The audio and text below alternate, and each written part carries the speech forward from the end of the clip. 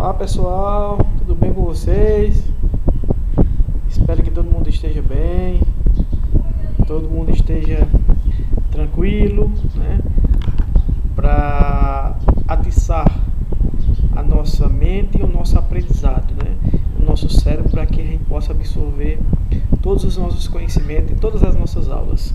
E a nossa aula de hoje, minha gente, é práticas integrativas e complementares, dando continuidade ao que nós já vimos na outra aula, na primeira, né, que nós falamos sobre algumas práticas como a acupuntura e também a homeopatia, né?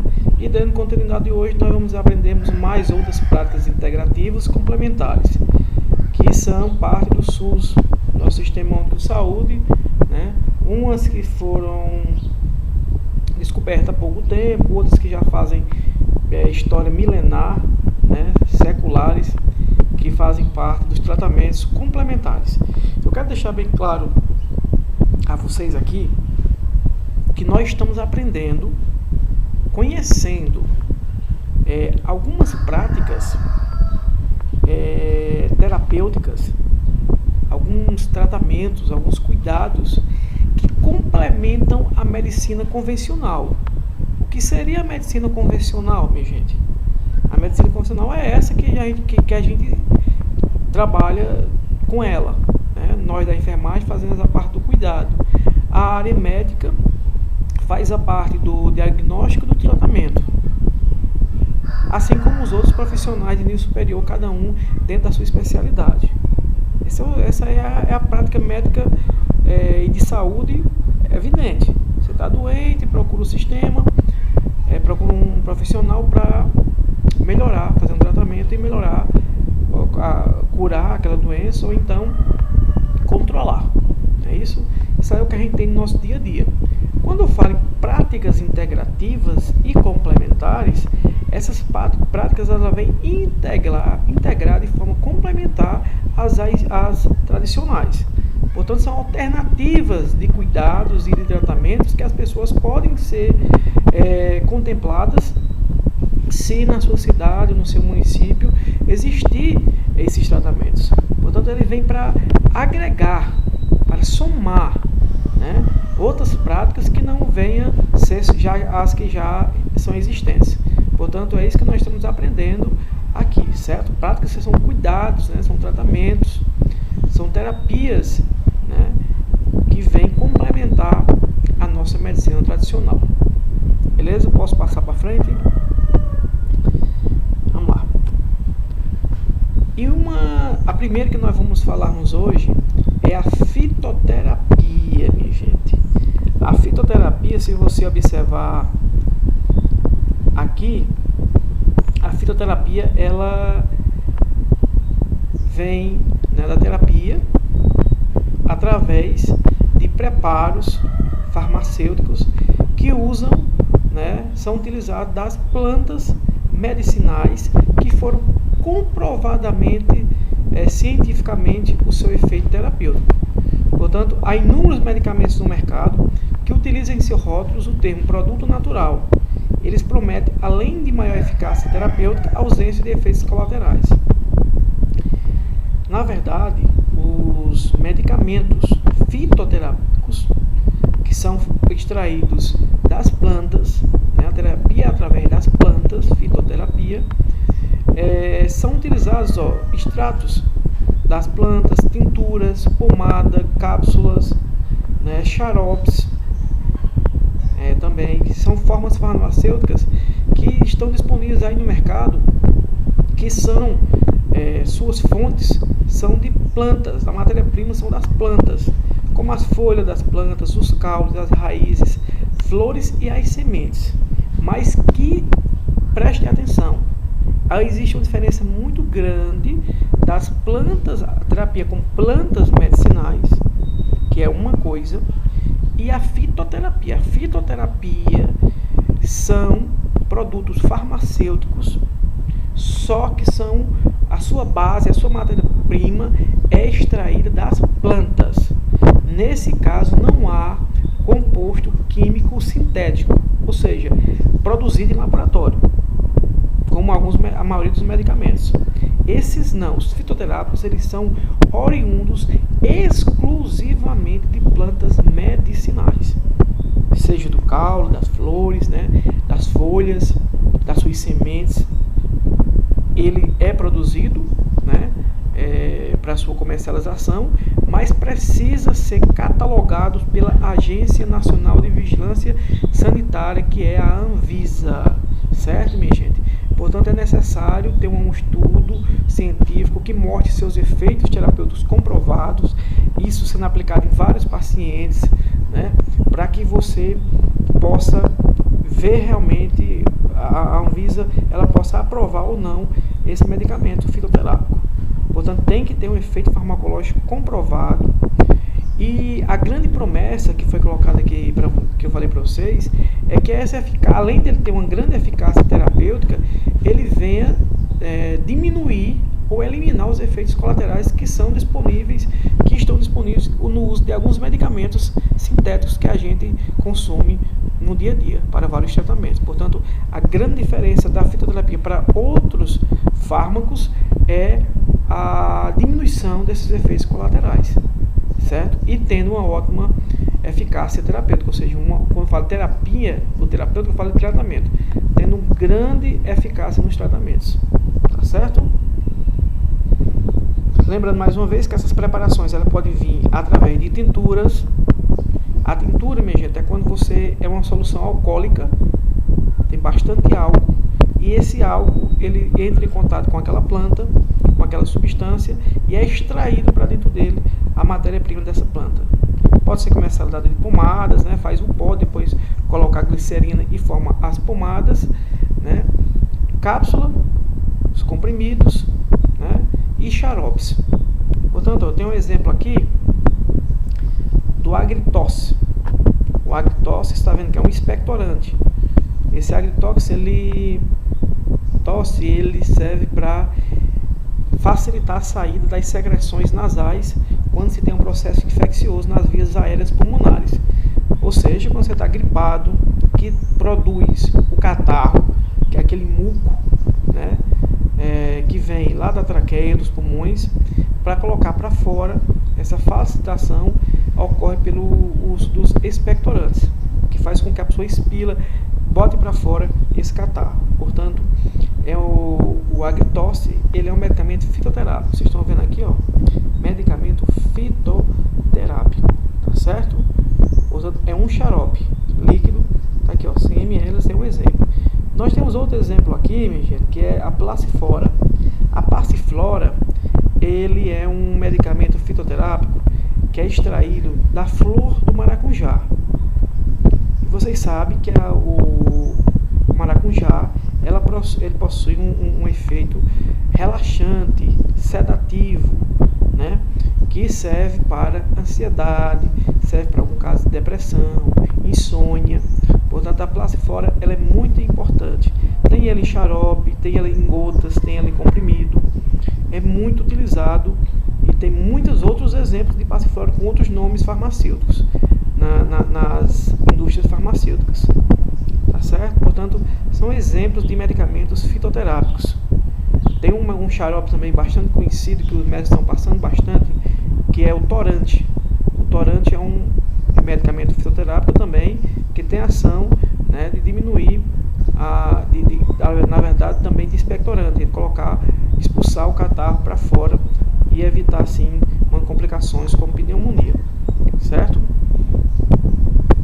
Agora vamos falar das plantas, as propriedades das plantas medicinais, né, que são utilizadas, né, de várias formas, principalmente nas formas de chás para tratar algumas doenças.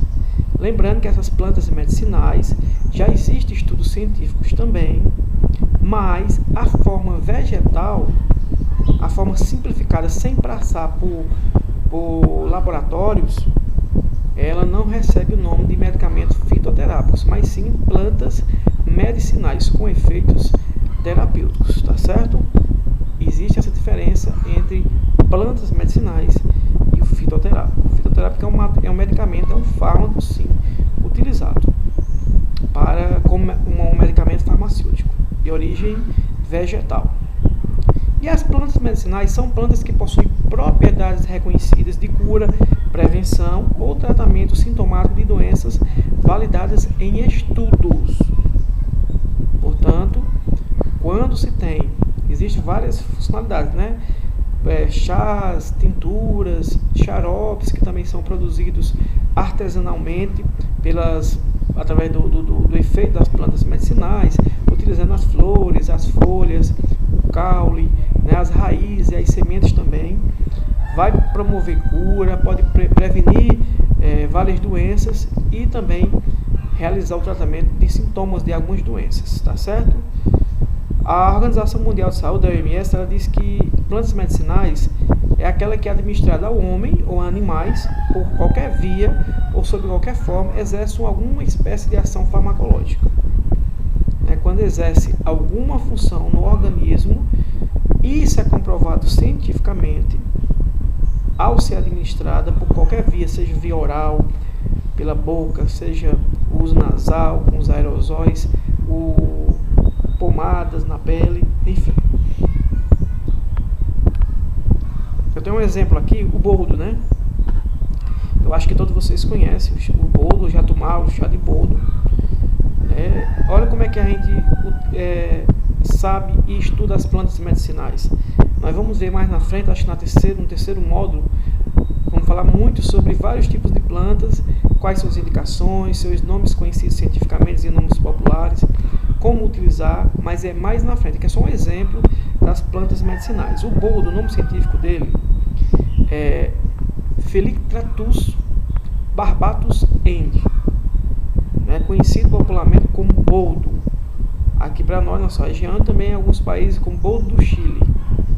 O boldo, minha gente, ele é indicado para gastrite, dispepsia. A dispepsia é problemas como as erupções, arrotos, má digestão, a barriga fica cheia, você fica empanzinado, com aquela sensação que está muito cheio. Ele serve também para isso, serve para úlceras gástricas, que são feridas no estômago, litíase biliar, que é a formação de cálculos na vesícula, ressaca, tá bem claro aí, ressaca, minha gente, quando o fígado, ele está muito intoxicado, porque ele fez muita biotransformação do algo que você ingeriu durante uma bebedeira, o fígado fica intoxicado, e aí você tem vários sintomas, de ressaca, gastura, que são as náuseas, vômito, cefaleia, que é a dor de cabeça, e o boldo ele acaba desintoxicando esse fígado. Qual é a parte utilizada da planta para fazer os chás? São as folhas, as folhas de boldo. Muitas das vezes pode ser utilizada ela in natura, verdinhas assim, ou a maioria das vezes ela é ressecada, ela se desidrata e faz o chá de boldo, aquele chá mais amarronzado, mais escuro, com gosto meio amargo. Eu particularmente detesto, eu tomo a força, mas é muito ruim o chá de boldo, eu não gosto nem pouco. E lembrando, minha gente, que esses chás eles não são adocicados, certo?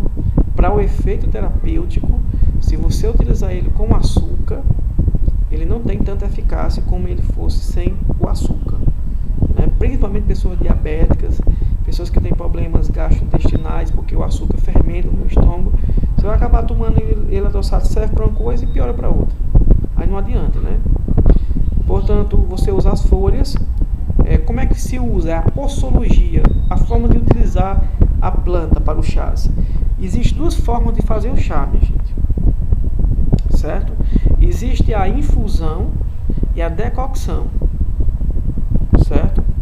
A infusão é quando você pega, ferve uma água, coloca lá, no caso, uma xícara, a água fervente, adiciona, no caso do boldo aqui, você pode colocar de 3 a 4 folhinhas, aí coloca dentro dessa xícara e abafa. Coloca uma tampa, um pires, coloca em cima e deixa abafar por aí seus 10 minutos. Após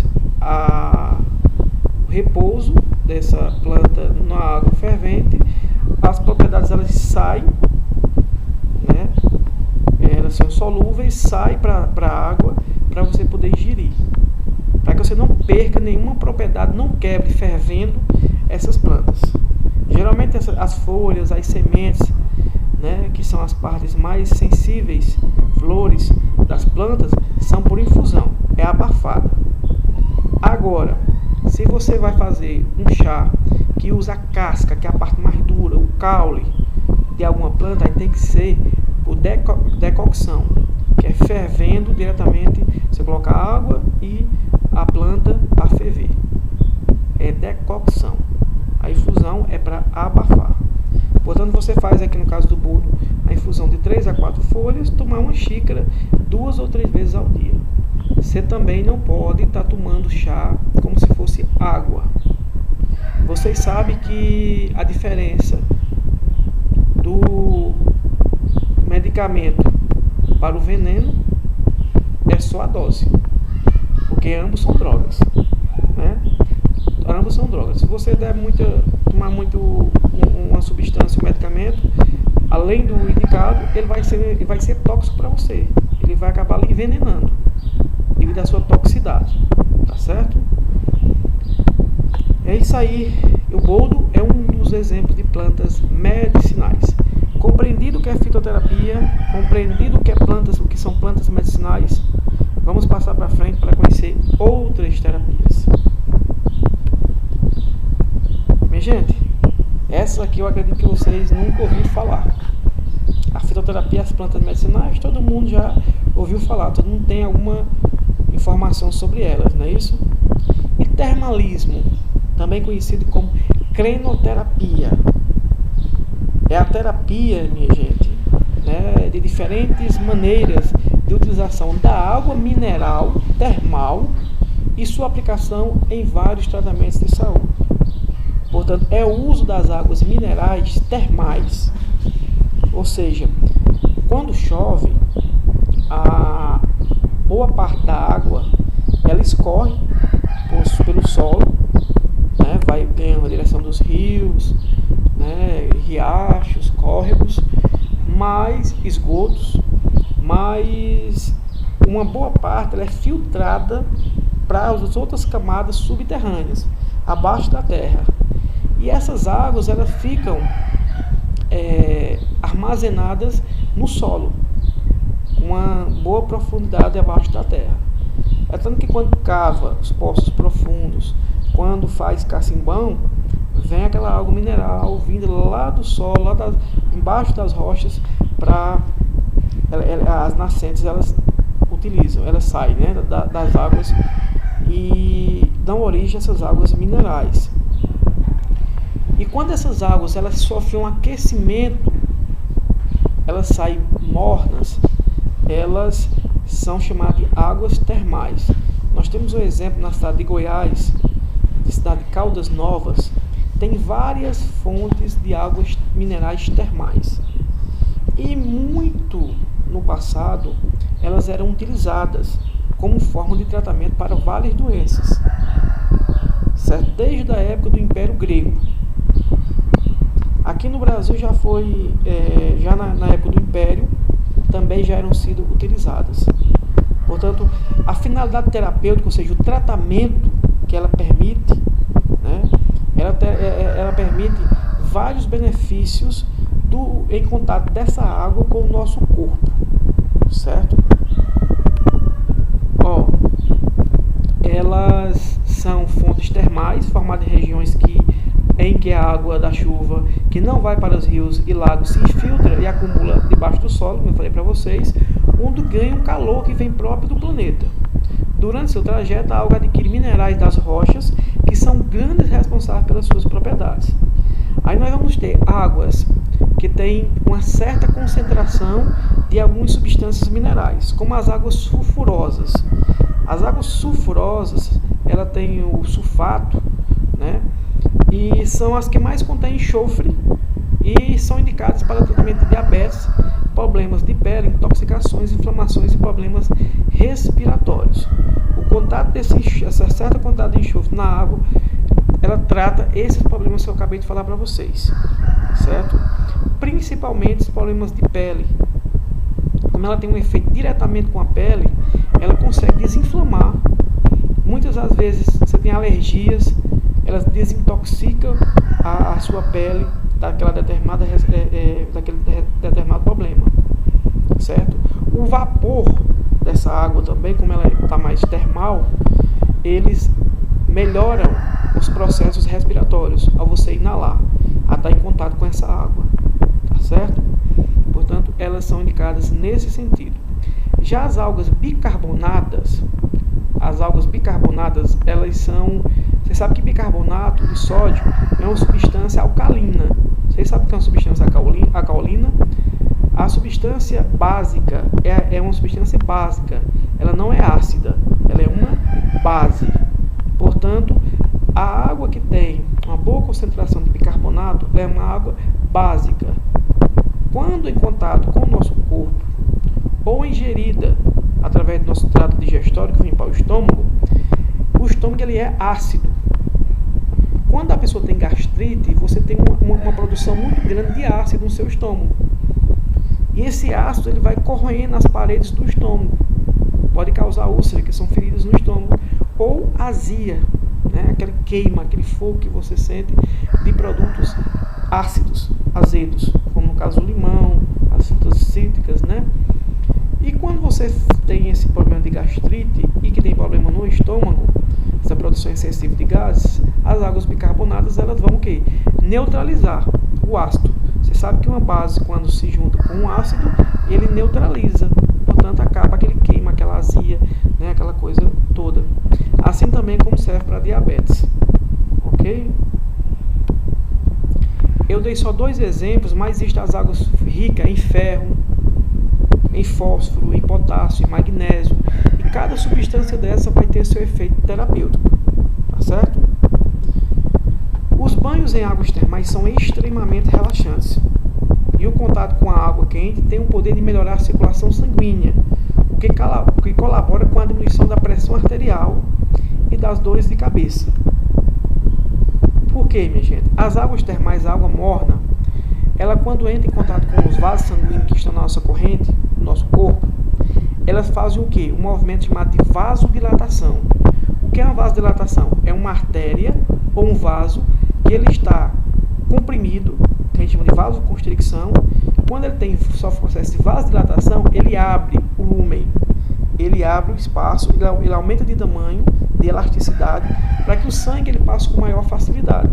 Quanto mais eu abrir aqui, né, o meu lúmen do vaso, quanto mais ele se esticar, com mais facilidade ele passa dentro, ou seja, com menos pressão, com menos força, já que força é pressão. Quando eu tenho esse vaso comprimido, fechado, ela vai passar com mais força, ela vai passar com mais dificuldade. Quando entra em contato com água morna, faz o processo de vasodilatação, ele abre, ele fica elástico e o sangue passa com facilidade, com menos força, ou seja, com menos pressão. Por isso que ele diminui a pressão arterial, a força com que o sangue passa dentro dos vasos. Consequentemente, quando você tem o estreitamento, a pouca passagem do sangue cerebral, da circulação cerebral, promove o que? A cefaleia, a dor de cabeça, quando os vasos ficam comprimidos, ou seja, quando ele está com vasoconstricção. Na enxaqueca acontece muito isso. Também, como ele vasodilata, os vasos do cérebro também, ele acaba diminuindo essa dor de cabeça, que é a cefaleia. Além disso, melhora o processo de cicatrização do corpo e a luta contra processos inflamatórios. Essa alga ela acaba desinflamando. Quando desinflama, alguma ferida que tiver na pele, alguma lesão, acaba que facilitando o processo de cicatrização, fechamento dessa ferida. Beleza? Eu vou passar um videozinho aqui rápido para vocês entenderem melhor o que é a termoterapia, a crenoterapia. Termalismo.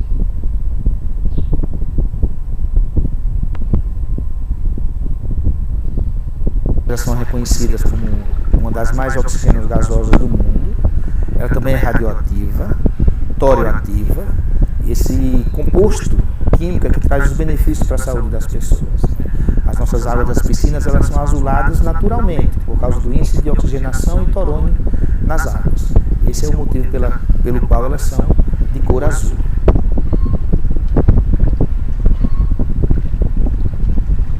Fibromialgia e os casos de lombalgia crônica, até casos de pacientes com hérnia de disco, que tem aquela radiação, né, para a perna, geralmente do lado onde é pinçado, né, tem o pinçamento nervoso, e o aquecimento, né, do membro, da coluna, são os que mais têm tido resultados, né? Temos vários casos de pacientes que deixaram de tomar medicamento para dores e sentiram realmente relaxamento muscular, alívio da dor.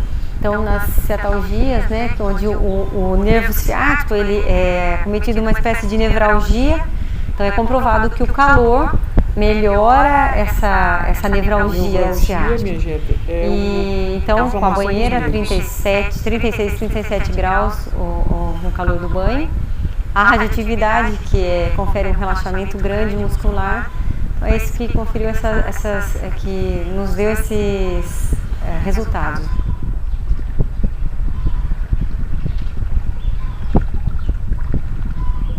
Nós tínhamos uma demanda de fisioterapia nas filas de espera nos ambulatórios muito grande para fisioterapia. A partir do ano passado, com a entrada da nova diretoria municipal de saúde, sugeriu a ideia da gente associar o trabalho da fisioterapia do SUS com o balneário, com as águas termais.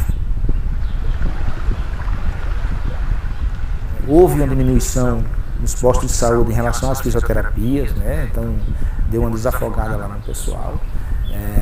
Foi um número razoavelmente muito bacana, muito significativa a diminuição. A procura pelos tratamentos fisioterápicos era, assim, a espera era maior do que é hoje. Então diminuiu-se a espera das pessoas, tá? Nos postos de saúde, a partir do momento que elas começaram a fazer os tratamentos aqui no balneário. Então percebeu-se isso, essa diminuição.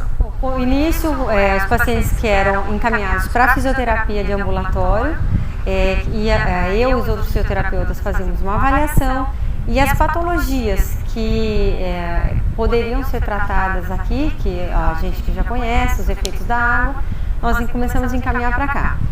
Aqui eu fazia uma avaliação e os pacientes eram encaminhados para os banhos pertinentes, né?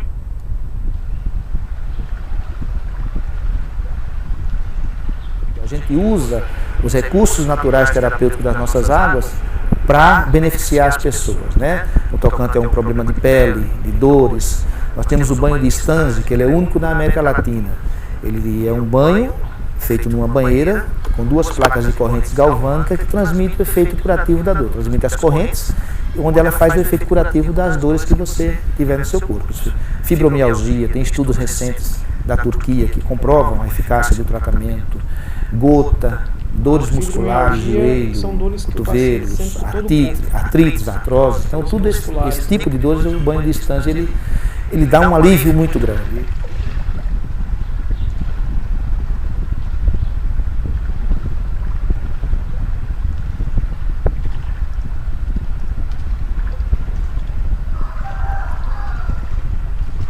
É isso aí, gente.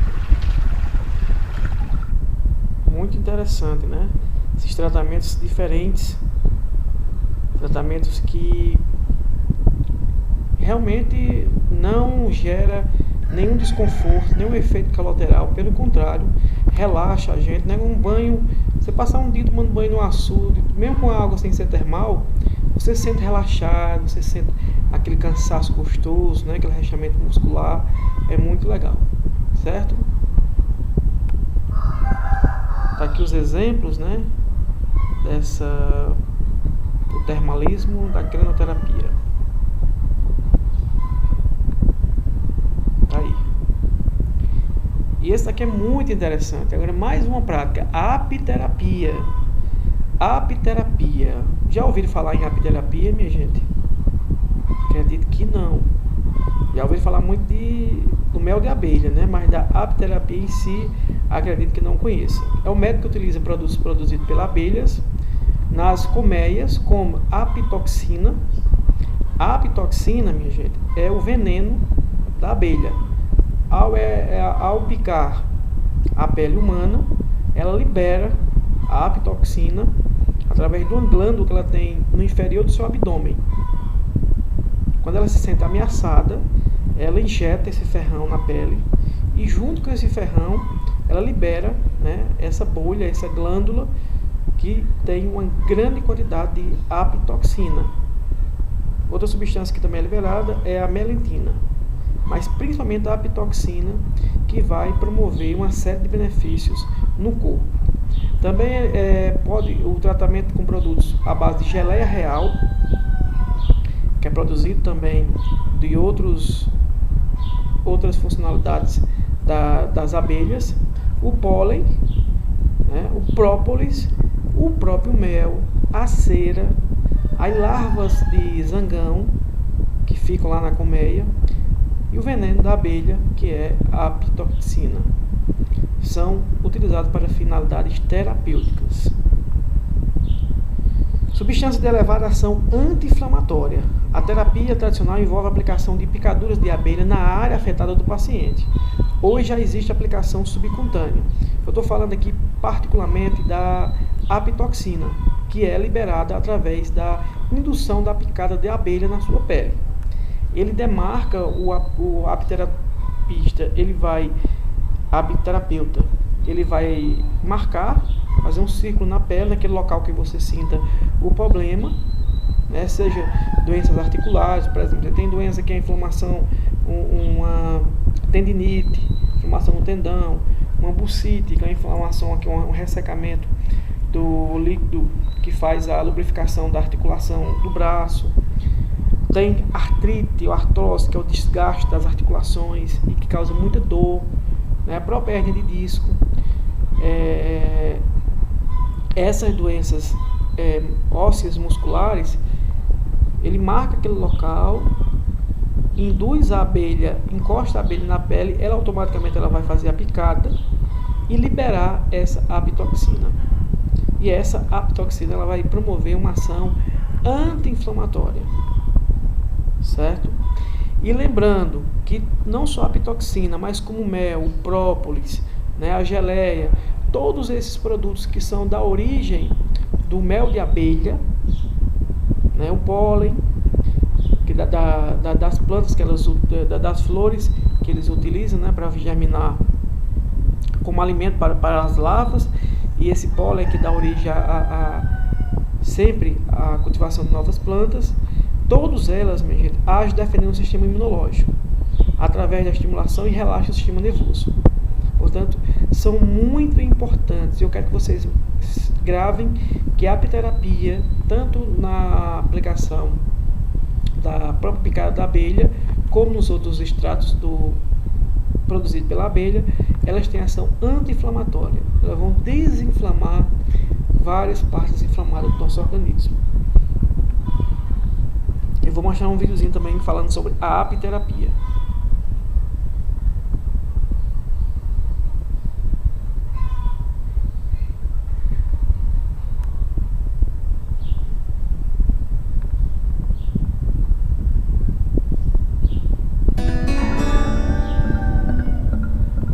O mel contém principalmente dois tipos de açúcares, a glicose e a frutose, que são de rápida absorção pelo organismo. Além disso, contém inúmeros sais minerais, vitaminas e um grande conteúdo enzimático, destacando-se as enzimas amilase, invertase, catalase e lipase, numa combinação que dá ao mel características alimentares e terapêuticas únicas.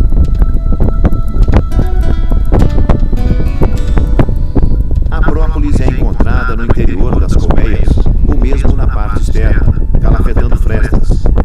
É uma substância resinosa escura, de coloração que varia de amarelo esverdeado a marrom escuro.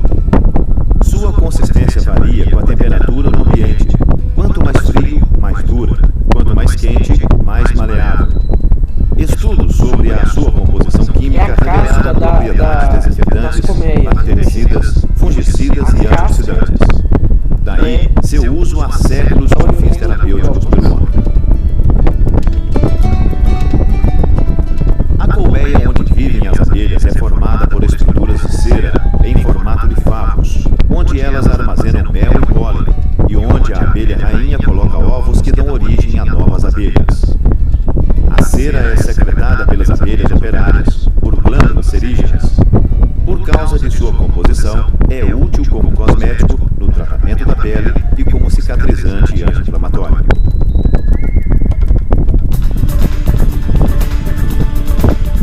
Esta é a rainha da colmeia. Ela nasce de uma larva igual a que origina as operárias, mas tem maior tamanho e vive até 5 anos, contra 50 dias das outras abelhas. Essa diferença de porte e longevidade se deve única e exclusivamente ao consumo de geleia real. A geleia real é um superalimento de composição bastante complexa, contendo hormônios, esteroides, vitaminas, ácidos orgânicos essenciais e compostos proteicos ativos, todos de valor metabólico.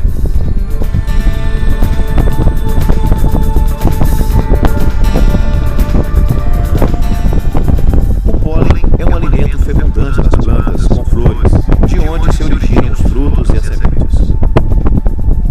As abelhas coletam o pólen para utilizá-lo como alimento das larvas jovens, armazenando-o nos favos, geralmente em locais próximos a estas larvas. Elas também utilizam o pólen na síntese da geleia real.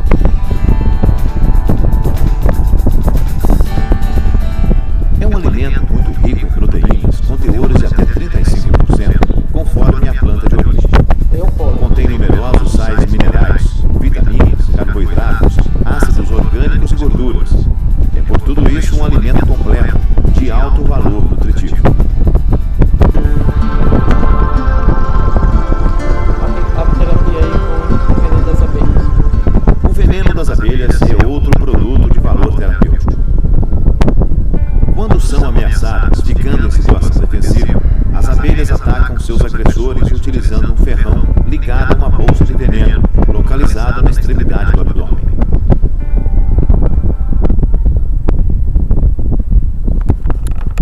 Pronto, minha gente.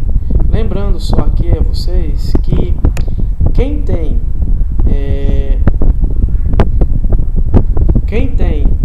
alergia ao veneno da abelha, tem pessoas alérgicas, no momento que são picadas, basta uma picada para que ela desenvolva uma cadeia de reações alérgicas. E uma das mais graves são o fechamento da glote. É a glote que abre, né, através da laringe, abre e fecha para passagem de ar.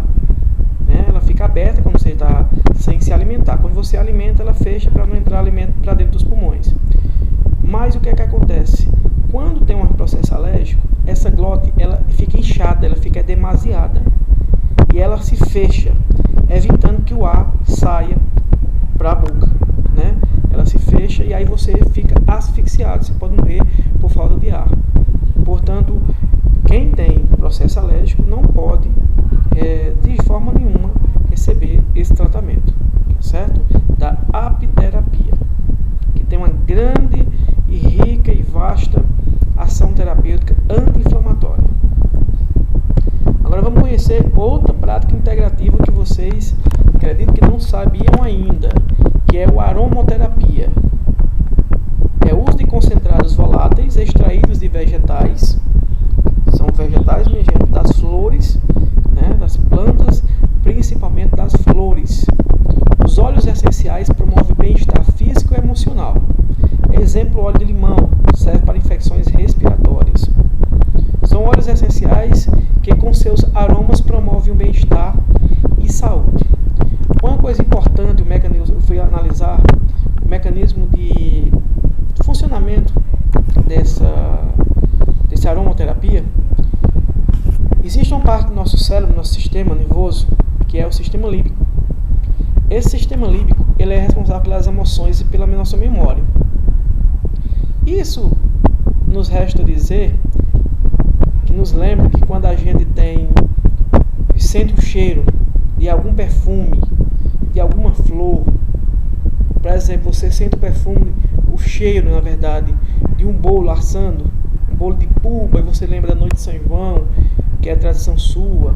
Quando você lembra do perfume, que esse perfume já lhe traz a memória de alguma namorada que você teve no passado, né? Enfim, automaticamente ele não passa pelo o sistema cognitivo.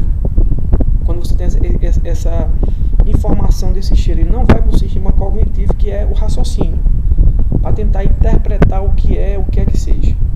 Ele automaticamente, digamos que assim, cru, não tem processamento, é uma coisa nítida. Ao momento que você sente aquele cheiro, automaticamente ele já ativa uma memória boa, né, ou até memória ruim de alguma coisa. E por isso a importância desses óleos essenciais. Eles são voláteis porque ele dissemina no ar. Quando você é produzido esses óleos, extrai puramente os extratos das plantas. Ele vem limpo. É muito forte o cheiro. Por isso que essas tinturas, esses óleos ou tinturas que são utilizadas, você coloca pingos, gotas e dissolve ou em água ou produto alcoólico, para que aquele cheiro ele não venha tão fortemente e acabar dando intoxicação em você. Esses óleos, existe a quantidade correta, o aromaterapeuta ele passa para você, para que você tenha a dosagem correta para não se intoxicar. Portanto, o óleo de limão. O limão é uma substância que ela tem muita vitamina C, né, por ela ser ácida, e a vitamina C nos dá imunidade.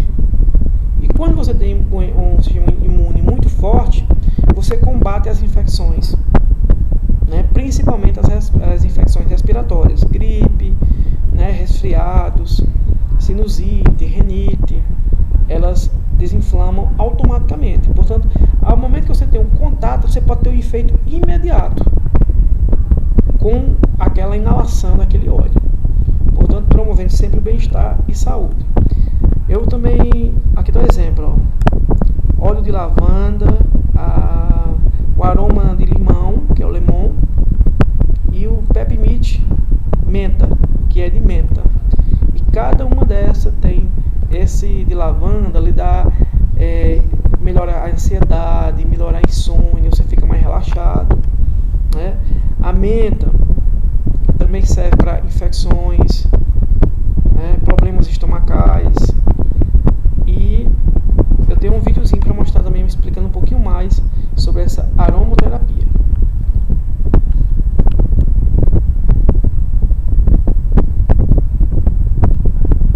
É uma entrevista, eu vou pegar só um trechozinho da entrevista para vocês entenderem Vem os óleos essenciais. Que é Então, os óleos essenciais são substâncias extraídas de diversas partes de plantas aromáticas.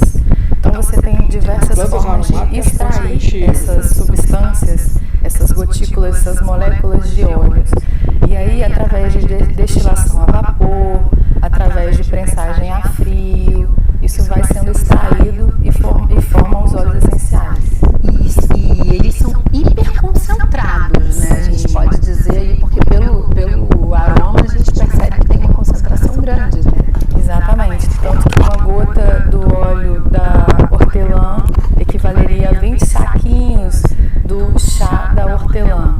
Por isso que eles não devem ser utilizados puros, a gente utiliza de formas que eles cheguem, entrem em contato com a gente de uma forma mais diluída, digamos assim.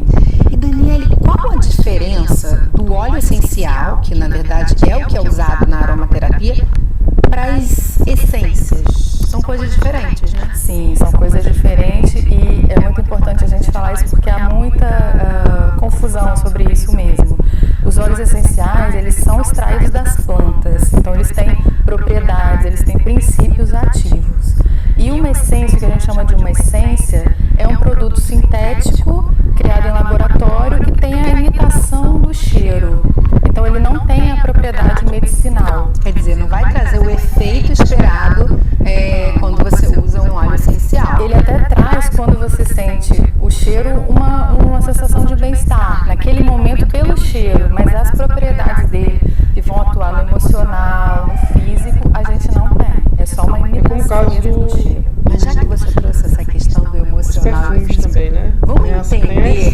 meio de uma imagem, por que um aroma, por que o que a gente sente, o cheiro que a gente sente, de fato provoca sensações? A gente tem aqui uma explicação que a Daniele vai se aprofundar um pouquinho nela. Eu falei para vocês. Olha lá, nosso corpo humano, e a gente vai mostrar um óleo essencial, né? E essas moléculas, elas se dissipam no ar e são sentidas pelo nosso olfato, né? E a gente vê que acende uma parte do cérebro, uma região chamada sistema límbico. É responsável pelo quê, Daniele? Sistema límbico, a gente está falando das nossas emoções, sentimentos, das nossas memórias.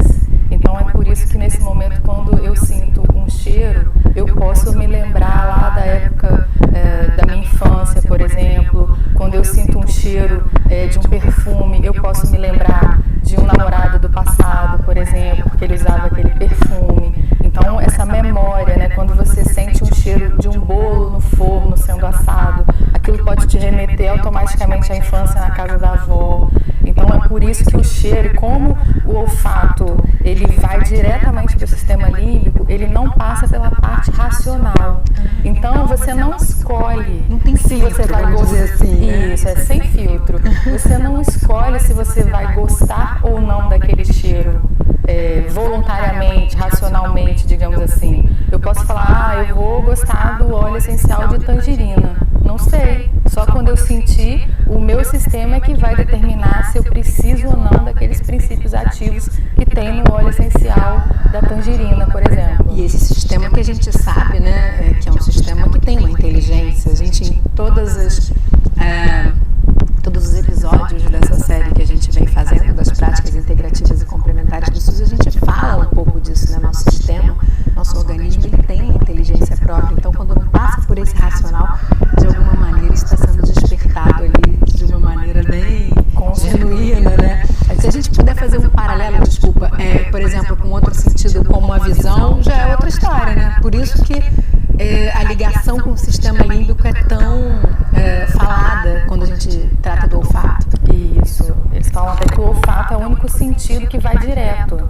Ele vai direto para o sistema límbico. Então o efeito é imediato, a reação é imediata. Tanto para um cheiro que eu gosto, quanto para um cheiro que eu não gosto. E por isso que ele vai tratar, por isso que ele vai promover saúde.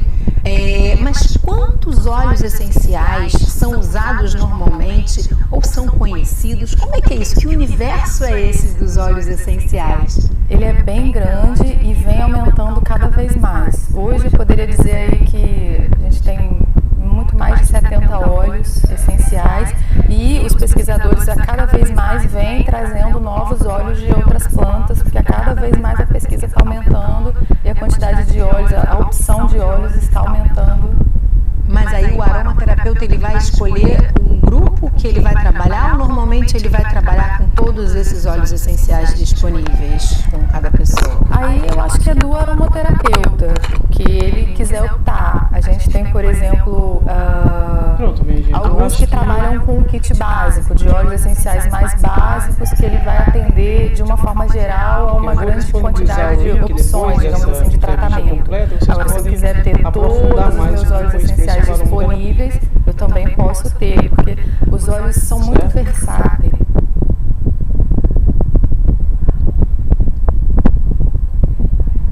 Vamos lá voltar para cá. Vamos conhecer mais uma. Falamos da aromaterapia e agora a arteterapia. Essa daqui, eu posso dizer a vocês, se eu conheço de perto, que eu trabalhei 5 anos, 3 no CAPS do Brejo e 2 no CAPS de Milagres, com os alunos sendo orientador de estágio de saúde mental. E nós utilizamos muito desses recursos artísticos visuais e expressões também artísticas para desenvolver a mente, a parte psicológica dos nossos pacientes. Eu fazia isso porque eu reconhecia, e os estudos científicos já nos mostravam, a importância terapêutica desse tratamento através das artes, né?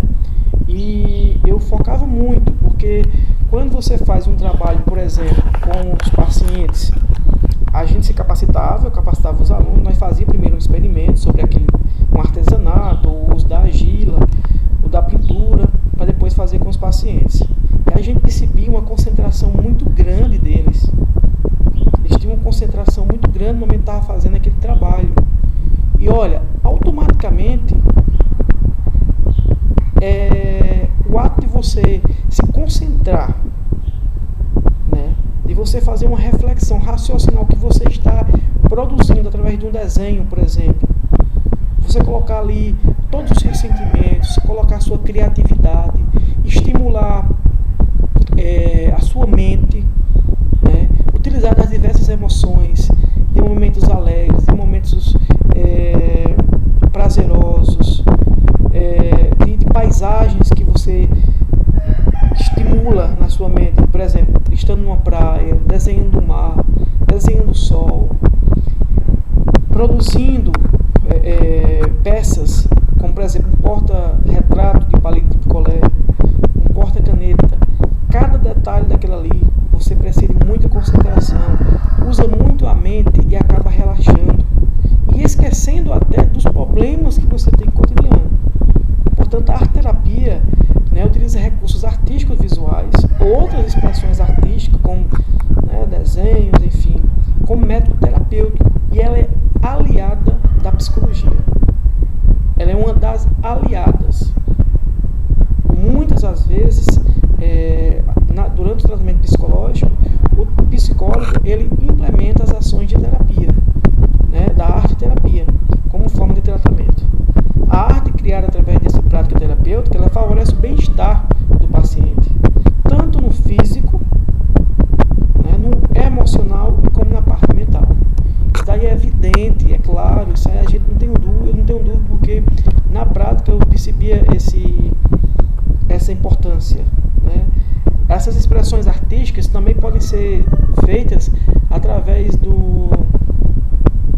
peças teatrais, né? De estimular eles a cantar, a música, a produzir música. Tinha um que era artista mesmo, produzia letra, era autor de músicas, né? E tudo isso causa uma paz interior, uma tranquilidade, diminui a ansiedade, diminui a insônia. É perfeito essa terapia, que é a arte-terapia, certo? Ela resgata o potencial criativo do homem, procurando a psique saudável, estimulando a autonomia e transformação interna para a reestruturação do ser. Olha que coisa muito profunda, né? Ela resgata o seu potencial de inteligência, de criatividade que o ser humano tem inerte. O que diferencia ele de vários outros animais é o poder de criação, de criatividade. E isso estimula a parte psicológica saudável do nosso sistema nervoso. Quando eu falo psique saudável, na verdade é a parte psicológica das emoções, dos sentimentos, da racionalidade, da interpretação, né? Tudo isso junto dá mais autonomia ao ser, né? Transformando, restaurando aquela parte patológica da mente que você teria anteriormente. Claro que não pode ser utilizado, não é um medicamento, mas é um complemento ao tratamento. E ajuda muito as pessoas que têm, principalmente, os problemas mentais. Eu coloquei também um vídeo aqui de uma terapeuta, de uma arte-terapeuta, para ela explicar um pouquinho melhor sobre essa terapia. Vamos lá ver?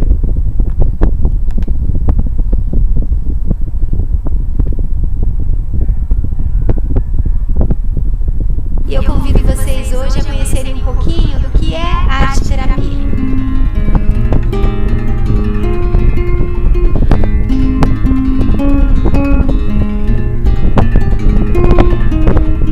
Se a gente pensar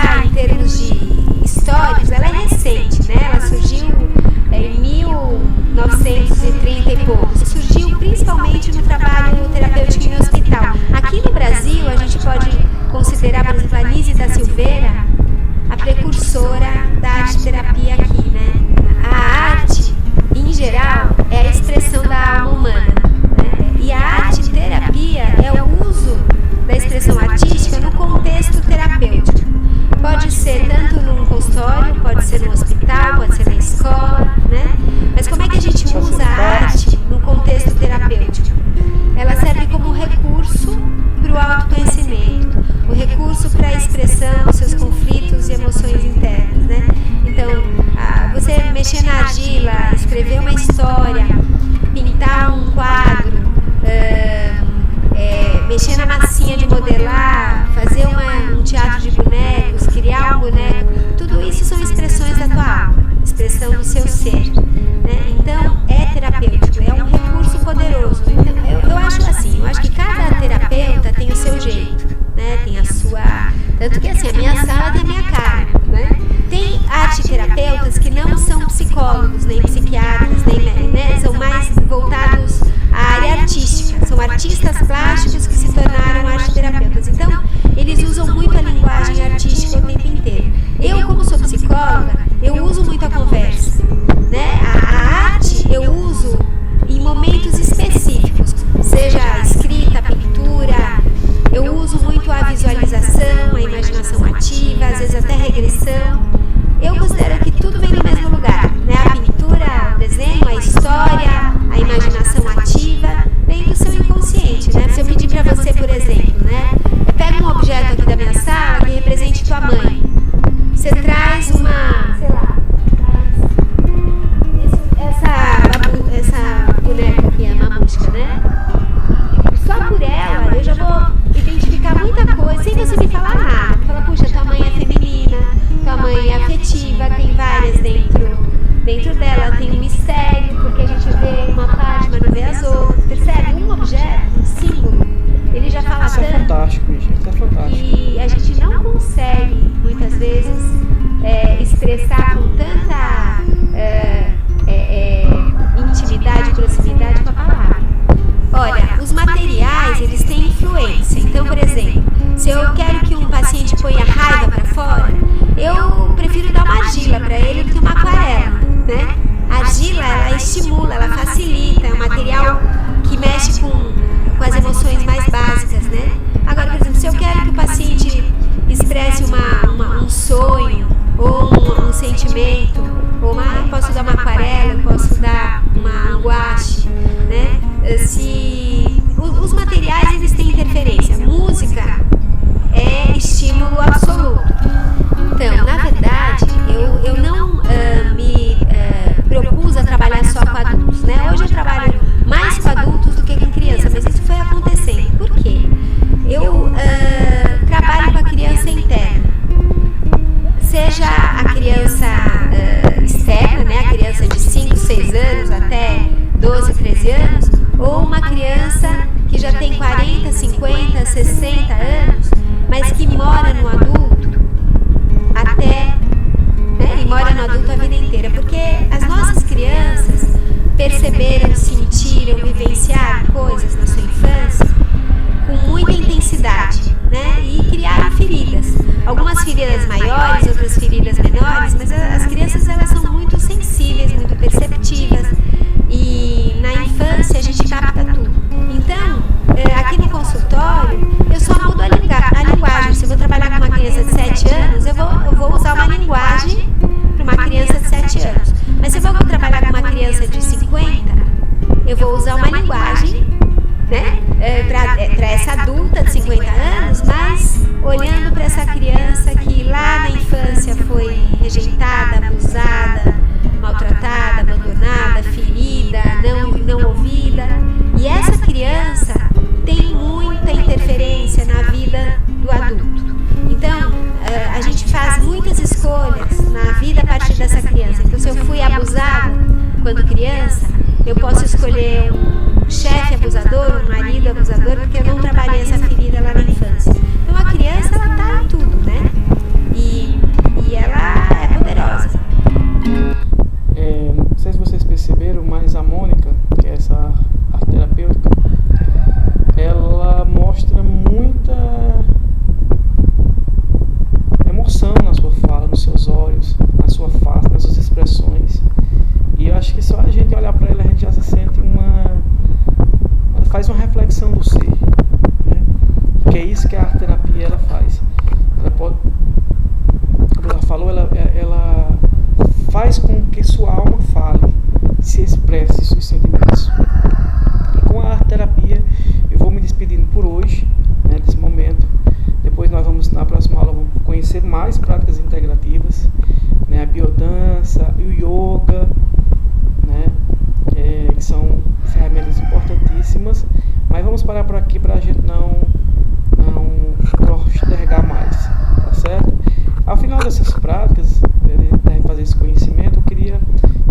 se nós estivéssemos na sala de aula, a gente ia fazer isso na sala de aula. Mas eu vou pensar numa forma de vocês expressar, né, essa arte-terapia, construir algum artesanato, né, falar no Google Meet, fazer um momento para vocês falar o que representa essa arte, se vocês já fizeram, o que vocês ainda irão falar, mostrar uma planta medicinal que tem na casa de vocês, ou algum medicamento fitoterápico se alguém toma, algum